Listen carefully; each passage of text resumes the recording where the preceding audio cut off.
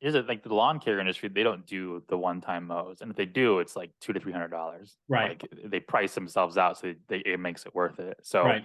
every lead we get, if they've got a 50% conversion rate or 50% close rate, which is industry standard, um, then we know that if we provide two leads, we made them one sale.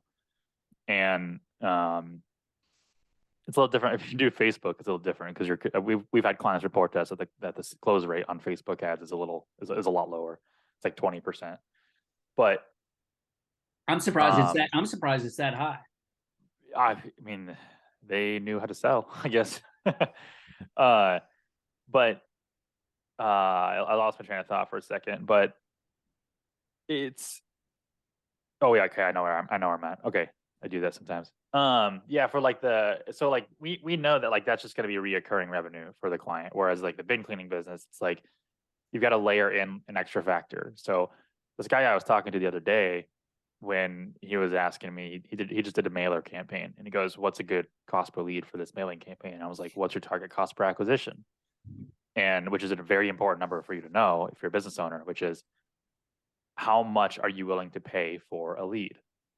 And there's a formula for it. And all it really is what's the average lifetime value of your customer. So there's a formula for that. It's how much money is a customer going to give you in 1 year, and then multiply that by the average lifespan of that customer. So in the lawn care industry, it's about 4 to 5 years. And if you do a maintenance plan, and let's just say it's $500 for a year for easy math, it could be less, it could be more. Hopefully, it's not less.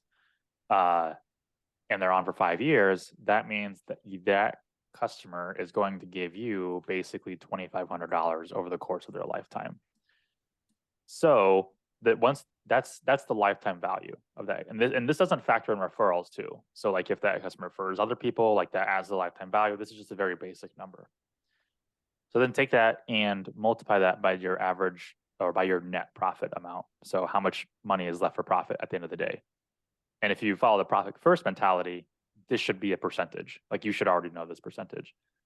And so if we just assume that it's 10%, your net profit. So taking us back to business school here, gross profit is only after your materials, and then net profit would be after your payroll and other expenses and things like that. So how much money goes home to you?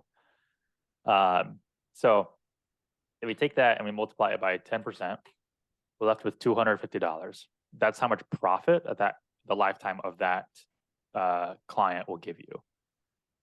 Then, so $250 is basically your break-even point. If you do a marketing campaign and the amount of leads that you receive or the amount of sales that you closed divided by the amount you spent on that campaign, if it equals $250, you broke even. If it's more than that, then you lost money, in theory, because these people could still refer people and you can upsell them and things like that. But I'm not going to hand money to you if I'm just going to break even every time. So what I usually do with that is I divide that by two because I want to make some profit. So now I'm making a 5% profit. So basically $125 per sale. Now, remember, we still have leads and close rates. So $125 per sale is what I'm willing to spend if you could give me a lead that was going to sell 100% of the time for me to make a 5% profit. But we know that's not the case. We know that the case is the average close rate is 50%. So if you multiply that by 50%, $62.50. That is what I'm willing to pay for a lead, knowing my close rate. So if you spend $1,000 and you get 15 leads from whatever source you get, your cost or your cost per acquisition there is $66.66 a lead. It's right around that 62 and a half. So I would say this is a successful campaign. I still made profit. There's still going to be referrals. I'm still going to upsell, and that's that. So with the lawn care industry, generally people are willing to spend $100 for a lead, because there's not just the mowing maintenance, there's also the aeration and the fertilization and things like that. And so clients who know their numbers like that, it's a nice breath of fresh air for us, because we just say, oh, well, this is easy. Okay, so your target cost per acquisition is $100, and that's the number we got to beat.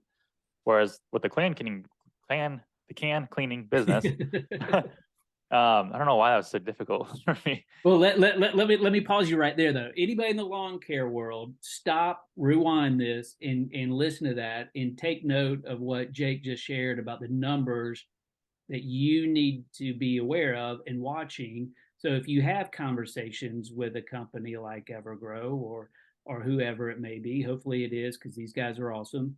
You have that information, which makes the process a lot easier. Yeah, it helps you audit whatever marketing campaign you did.